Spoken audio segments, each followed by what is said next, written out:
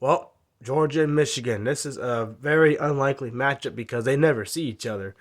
You have a team that's doing pretty good right now with Georgia overall, and then you have Michigan on the other side who's even hotter right now. And I say even hotter because around this time a year ago, Georgia was already a top 10 quality team. They were already in the Peach Bowl, which they won. Michigan wasn't even in a bowl last year. They could barely win 2 games. And Jim Harbaugh was supposed to get fired last year or during this year if he couldn't beat Ohio State, which he did. And but Georgia, and as far as the trenches go in this game, that's going to be a factor. I think Georgia has the edge up front off on both sides of the ball. I think Georgia's defense, and I know they obviously didn't show up to play as good against Alabama, so we can. I think anybody can argue that they're better than the way they looked yesterday. They will be able to get pressure on McNamara, the quarterback from Michigan, right? And they'll be able to harass him and get to him, I think.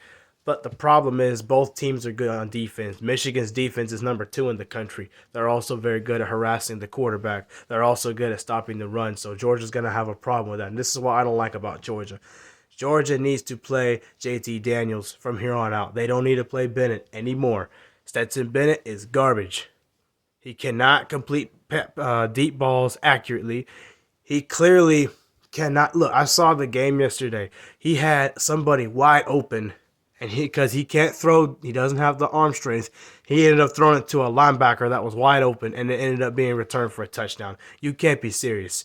If JT was there, they would have won that game, or at least been a lot more competitive than what it was. You gotta let's be real. Trevor Lawrence was the number 1 quarterback in their high school class. Justin Fields number 2. Number 3 was JT Daniels. That means only 2 guys were better than him.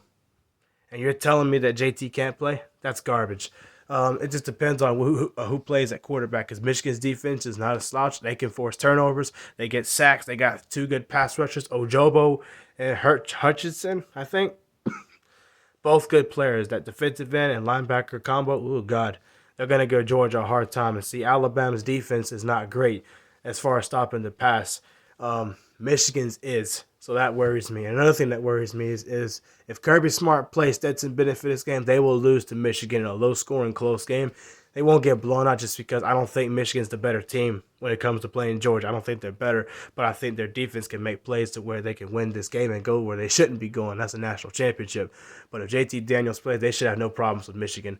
And I noticed something about the North and the South teams. Michigan is from the North. Georgia's from the South. Usually the South team is better when they're both 2 great teams. So I got to go with. I want to pick Georgia, but I can't trust them to win a big game anymore. That was embarrassing picking them to beat Alabama. So I got to go with Michigan in this game by at least 4 points. I don't think Stetson Bennett's going to be able to make the plays. You see, Michigan's defense, I don't think they're quite as physical as Bama, but statistically in terms of turnovers and sacks and takeaways, Michigan is better. That worries me. So I think if Stetson plays, Michigan wins. But if JT wins, Georgia should win, no problem.